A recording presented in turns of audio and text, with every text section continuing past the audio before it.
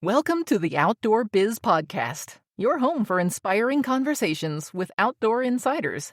Each week, author, speaker, adventurer, and outdoor industry veteran Rick Saez talks in depth with iconic brand founders, sales and marketing pros, product designers, and industry rising stars.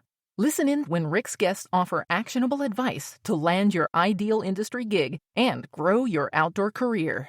Catch us again when the conversation shifts to the hottest outdoor products, destinations, and the latest industry insights. And now, here's Rick. Welcome to episode 297 of the Outdoor Biz Podcast with Pale Blue Earth founder Tom Bishop. I use quite a few AA and AAA batteries to power some of the gadgets used in recording the Outdoor Biz Podcast, and I was excited to find Pale Blue Earth at the recent Outdoor Retailer Show in Denver. Today, founder Tom Bishop tells us about their products, some advice about switching to rechargeables, and his outdoor career. Hey, Tom, welcome to the show. Good morning, Rick. Good to speak with you. Yeah, good to speak with you, too. You weren't at OR, were you? I didn't get a chance to see you at the booth. I wasn't. I had to take a quick break for a quick surgery, unfortunately. Oh, okay. Everything's okay, though? Oh, yeah. Yep. That's much good. Better now. Thanks. That usually helps. Whatever it is, it usually fixes it, or at least makes it better. It definitely did this time, yeah. Yeah, good for you, yeah. So let's start off with how you were introduced to the outdoors. How'd that come about? Are you more of a tech guy? I think you said you were bow hunting recently, so you sound like an outdoor guy. I am. I grew up in a small valley in upstate New York. Essentially, at that time, my parents were basically homesteading, so we grew up outdoors. It was go outside and we'll call you when dinner's ready, or get back here before dark kind of situation. So fortunately, though, we were 10 minutes from the local ski hill. I don't want to call it a mountain. Nice. And as I got a little older, the deal was my parents said, if you get your homework done, we'll drop you off at the mountain. So we spent 5 days a week at the mountain. Wow. And that's probably the pivotal point for me, was getting into snowboarding and spending all of my time, other than getting my homework done. Yeah, perfect. Down at the mountain, yeah.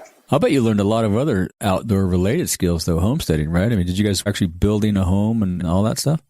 My family goes back a few hundred years in this valley, and so I don't want to say we were completely homesteading. My dad still had his day job, but he carved out a piece of property out of the forest there, and we had some animals and an apple orchard in our garden, and we cut our own wood and heated our house and made maple syrup and canned our vegetables and all of that. So we did a lot of outdoor stuff.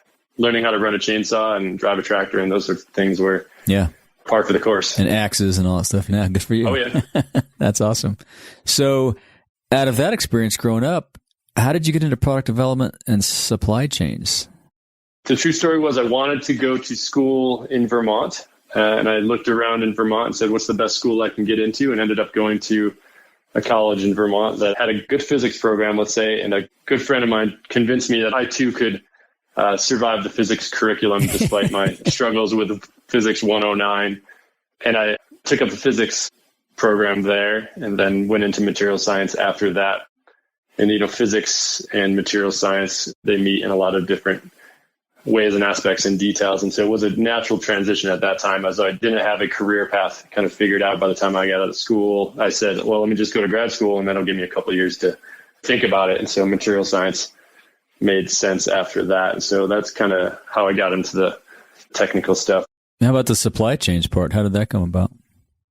The interesting story there, almost died after a knee surgery after a snowboarding accident, a staph infection that became systemic. And so I spent a couple months losing 50 pounds in a hospital and a lot of gnarliness. Must have been terrible. Yeah, I can't imagine. No, best thing that ever happened to me, in fact, because it got my head straight on priorities. And I said, I need to get outside and do something that I care about. So I actually ended up going into snowboard sales and working in a sales team on the East Coast for K2 and then Burton Snowboards. And so the supply chain side came because I was spending my off. So the snowboard world, the ski world, generally the assistant sales reps, the tech reps, the demo guys and stuff would not work all 4 seasons. So I was spending my off season in Asia learning Chinese, living in Taiwan. So a few years of learning Chinese in the off season and selling snowboard equipment on the East Coast. And some guys at Burton at the SIA trade show, some of the Burton guys came by and they were like, well, what are you going to do this summer?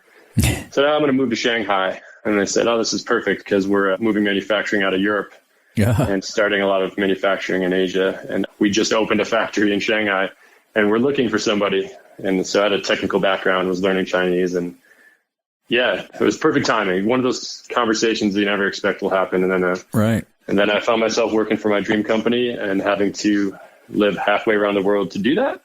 Best thing, one of those fortuitous situations that just kind of lands in your lap at the right time. And what a great experience. Not only the supply chains and learning that whole side of it, but living in China had to be eye-opening, and you learned a bunch there too, I'm sure. Oh, yeah. And fun. Yeah, and fun and hard. yeah. 6 days a week traveling and solving production issues and standing on production lines with a dictionary in my hand, trying to figure out how to troubleshoot technical issues in another language. But wow. Yeah, one of the best experiences someone at that point in their career could ask for, because the ability to learn all of those things on the ground, it just can't be beat. It's just an accelerator for learning. Yeah, that's a PhD in that stuff when you're doing it that way. Yeah. It was certainly put in the same amount of hours probably as I would have had a PhD. What time was this? What years was this? Landed in Taiwan in 2001, then landed in Shanghai in 2004. Okay. And that's in China basically full-time, 11 and a half months a year until 2012. Okay. Because I was at K2 in 2001 managing Dana Design back then. No kidding. My first real backpack is a Dana Designs Terraplane. Last year, they were manufactured up in Bozeman, and I still have that pack, still put it to use sometimes. Fantastic, and follow the Mystery Ranch guys pretty carefully, because I think a lot of those designs carried over into the Mystery Ranch. Yeah, they do great stuff. I still think it's the best pack ever made. I mean, all the packs we had, they were a little heavy back then, but still the designs and the carry, just fantastic. But that's a whole nother episode. Yep. Yeah, so tell us about Pale Blue Earth. What do you guys do and how do you do it? Pretty fascinating to me. We are on a mission to finally put the single-use battery to bed. I never expected we would solve the plastic straw issue before batteries, I guess, if you look at it. And we solved plastic straws, but everyone is still using single-use alkaline batteries. And it seems kind of crazy, but a couple of years ago, before there was a solution, it wouldn't have seemed crazy. In 20 years, it might seem crazy if people are driving gasoline cars. And if you had somebody tell you that they still used incandescent light bulbs, you might think that's a little crazy now. So just one step forward. So we do that by integrating technology into the normal household form factors of batteries and bringing kind of the battery management systems that you might expect to find in larger batteries and bringing them into the small form factors. So everything, even down to our AAA battery, has a battery management system on board each battery. Wow. That allows you to charge it with a USB port. So that's got to be microscopic, too. That'd be an interesting factory to tour. Yeah, it's a very small PCBA. And what's a PCBA for folks like me who don't know? Printed circuit board assembly. So basically the computer on board is pretty small. In fact, we're drafting off of some very large investments in these sorts of things. First, probably from the power bank industry, who had to put battery management system onto all of the power banks that everyone needed because their cell phone batteries were so terrible in the early days. Right. Everyone had to have a power bank. And then the second wave of investment in that came from the vape industry, in fact, to make very small battery control PCBs. Interesting. For that industry. And so technology, it enables new technology, and that new technology enables newer technology. And so we have been able to, without billions of dollars of our own investment, achieve what billions of dollars investment actually brought to bear on the technical world. So right. Piggyback on others. I mean, that's super smart. Like this show is basically copying the Tim Ferriss show. I was listening to his show for miles and miles when I was commuting. Everybody's heard the story, but just interviewing his buddies, and I thought, hey, I can interview all the people I know in the outdoor biz. And here we are. So using other people's that have gone before you is smart. Yeah, it's the only way forward, it seems. That's it. Yep. Yeah, you can build on what they've built and make it even better. So you started out to make a better battery. Did you also at the same time start out with a sales plan, or did that come after? The background in independent sales was helpful. I went, after my days at Burton, went to Skullcandy, and Skullcandy was utilizing the same independent sales force that the snowboard industry had. Like, it's a lot of the same guys and girls who built those industries. And so that rep force has changed quite a bit, but it still exists today. And some of those folks are still around, in fact.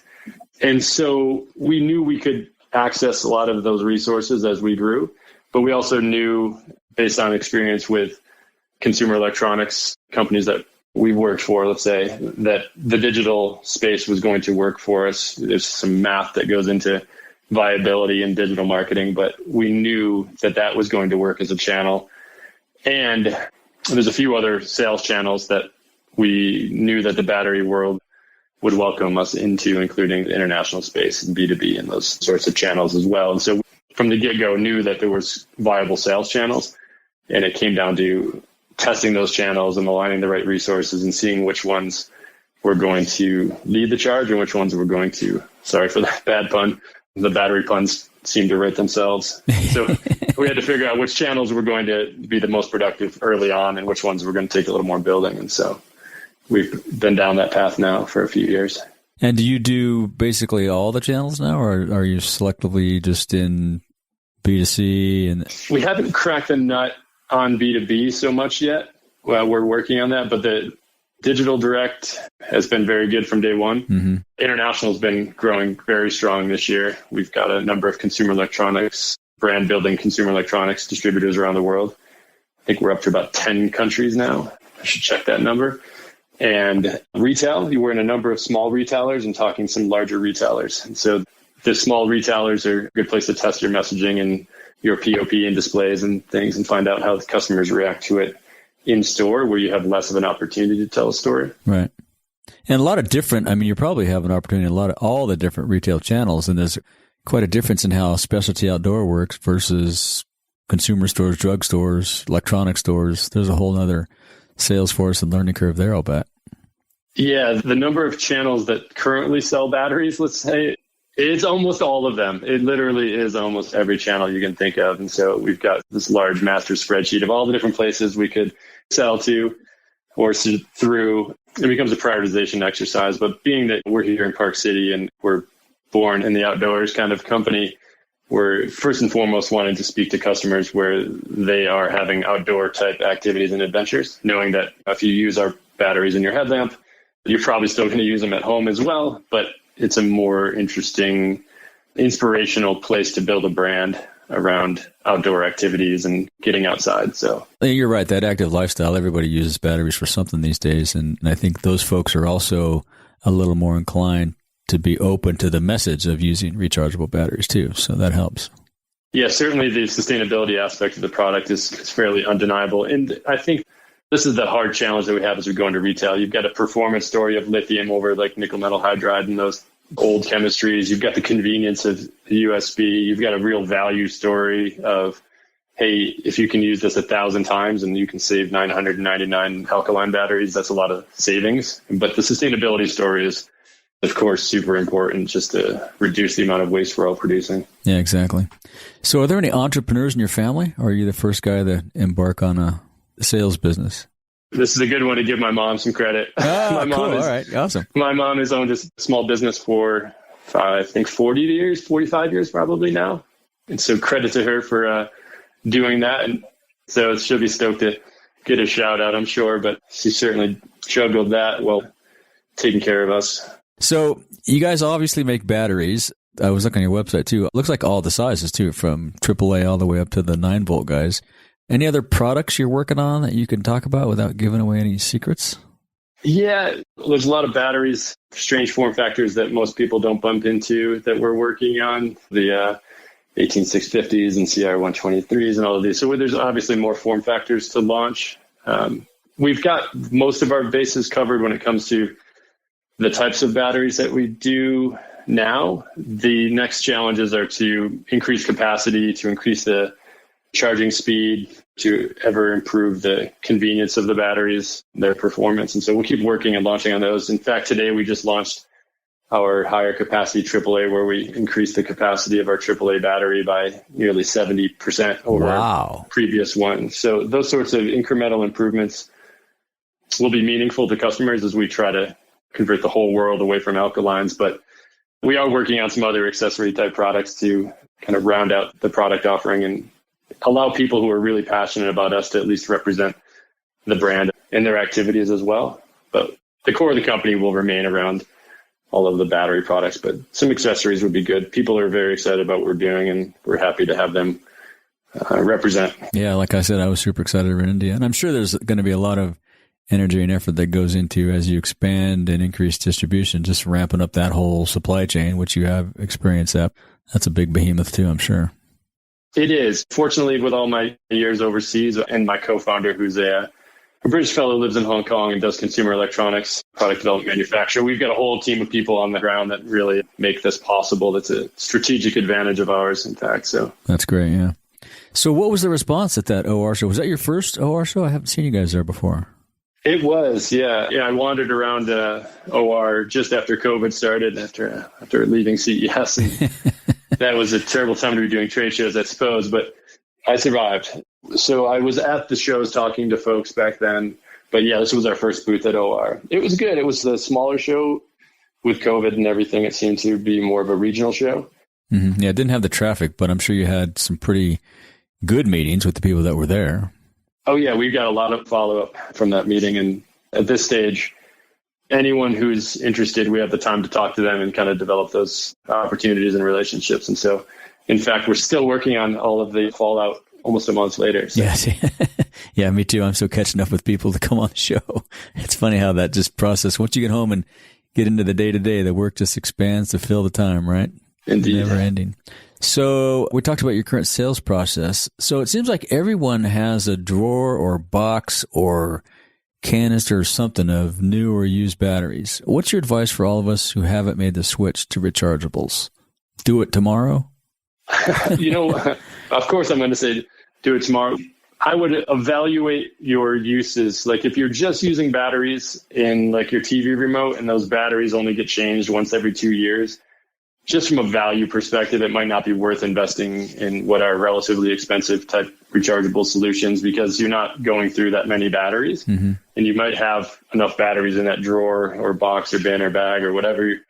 You might have enough to get you through the next 10 years. To last the rest of your life. To go buy them.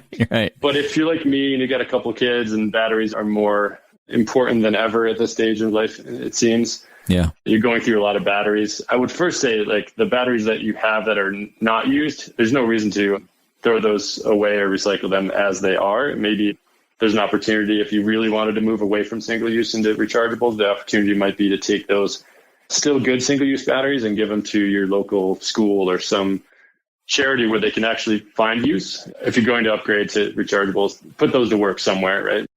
Maybe an opportunity to do that. If the box or bin or bag or drawer is full of used batteries, I wouldn't leave them sitting there until they corrode, especially the 9-volt battery because the terminals are close together. You actually have a fire hazard. Okay. A gum wrapper falls in that drawer and short circuits a 9-volt battery, or some batteries touch each other in a specific way. A lot of household fires actually occur because of poor storage habits because those batteries aren't truly dead. They still have some juice in them. They all do. That makes sense. But the best way to get them recycled, if your local recycler doesn't take them, let's say, there's a website called Call to Recycle, CALL 2 recycle.org. They have an awesome spot on their website for finding local drop-offs.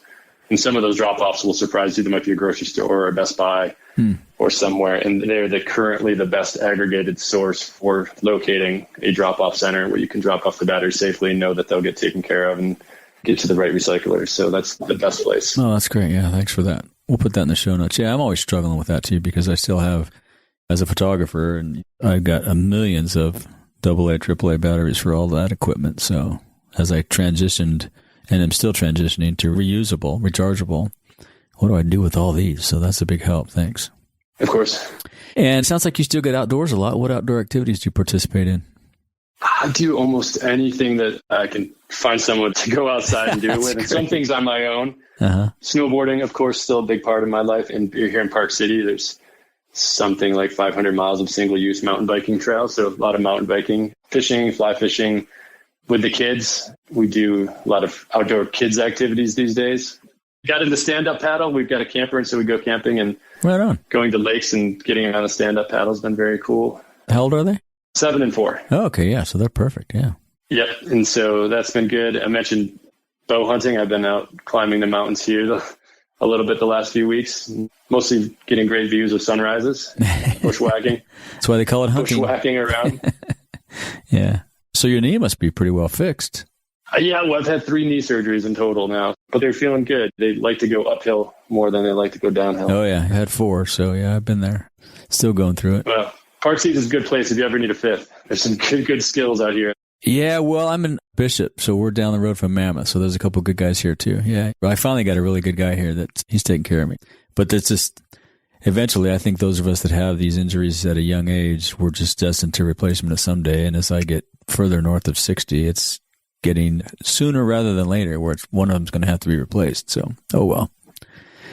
I had a lot of fun wrecking them. Yeah.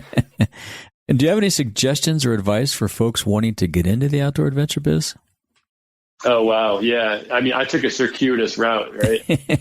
I went off and learned a bunch of technical skills, and then had to come face to face with death before I realized it didn't matter how much money I made or how many hours I was on the road, as long as I was doing something I cared about. So I think maybe that doesn't count for everyone, but I think it goes a long way. If you're excited about what you're doing, when those interesting conversations come up of where opportunity might lie with someone you're talking to, if you're excited about what you're doing, no matter what that might be, I think that opens doors, because people, if they're going to be building a team or doing something new, they're looking for people who are excited and engaged. And that, I think that goes a long way, because everyone has certain inherent capabilities, but the potentials of someone's capabilities and what they can do actually don't manifest unless the person is highly engaged and really excited about what they're doing. And so you bump into somebody who's just stoked on whatever it is that they're working on and making it better, you're apt to kind of make a mental note. As anyone who's building a business is doing, they're looking for people to bring into the team and who's going to be the next person that they're going to trust in an investment from their business and bring them on board. And so I think that's an important part of it. You got to back that up with other skills, but I think finding a way to be engaged in what you're doing so that those opportunities, when they arise, that a good chance of engaging in a conversation that might open a door for you. Yeah, that's good advice too. And I think as the outdoor industry continues to grow and expand and get more sophisticated, we have the need for people with all kinds of experiences that we maybe didn't have when I was starting out in the outdoor industry. There's a lot of technical jobs and digital jobs and things that are super popular now, going to continue to be a big need. And we need more of those folks that weren't available years ago. So whatever you might be doing as your day job, there's probably room for you in the outdoor space if you want to go that path. So no, that's great advice. Get excited. Stay excited. I love it. What's your favorite outdoor gear purchase under $100? Under 100 is pretty tough these days. In fact, for exceptional gear, were things that really stand out. But something that's been really game changing for me, having not lived in the West until the last 9 years, Onyx Maps is this mapping software. I guess we call that gear nowadays, that allows you to see private and public land and a lot of different information about the land. So whether I'm out camping or hiking or hunting, that information and having those maps and being able to use those maps from GPS, even if you're off the grid without signal, and know exactly where you are, has provided me so many cool opportunities to explore the mountains around here. Yesterday, I was up at 3:30 and bushwhacking up a mountain we got up to about 9,500 feet and watched the sunrise up there. And we wouldn't have been able to do it without having a really good mapping software. In the old days of Garmin GPS and those little screens where you couldn't really see anything, those were good days, but yeah, it's a good stepping stone. Yeah. Yeah, but man, Onyx has been a game changer. How do you spell that? ONX. Okay. Yeah. I'll look that up. Yeah, we'll link to that in the show notes too. I'll check those out. That's what I need these days. It's fantastic. Yeah, that's cool. It's amazing how some of this digital stuff is getting improved and how quickly it's advancing. I love it. It's great for some of the, like you say, old school tools of a topo map back in the day. Those are long gone. So even Garmin was the new technology then. It's been replaced. So that's great. And you guys have a special offer for listeners? Tell us about that. We do. Yeah. We set a code up on the website and it'll be 20% off through the end of the year. So we'll keep that going for a few months. And the code is Outdoor Biz, PBE as in Pale Blue Earth. And that'll get you 20% off if you want to finally make the leap away from single-use batteries. Maybe 2021 will be the year. Yeah, that's it. Well, I encourage everybody to do that. Like I say, I made the switch to N-Loop years ago, and now I'm converting over to you guys, and it's changed my life. I mean, you just charge things up, and even on the go now, there's so much other accessories you can do to recharge these batteries while you're out in the field. So make the switch, folks. Take advantage of this. It's great stuff. And is there anything else you want to ask or say of our listeners as we finish up? So I guess I'll mention this. We have a global and national, regional, and local strategy around giving back to sustainability and impact projects and things. And so our local partners is a group called Fish for Garbage, but essentially do river cleanups. And so We go out and help clean up rivers and have activities there. We protect our winners and are members of 1% for the planet.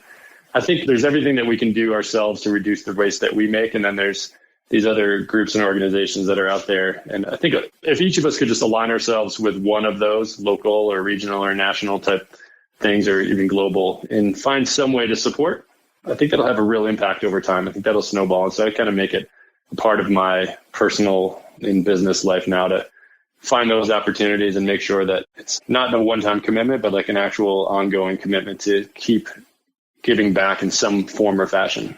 Yeah, I love that. We can't do enough these days. It's coming at us really quicker than I think we anticipated. So we got to do even more than maybe we were doing. That's well said. And if people want to follow up with you, where's the best way for them to reach out? We've got our Instagram and Facebook pages. So the Instagram is pale_blue_earth, and Facebook is paleblueearth1. That's the number 1.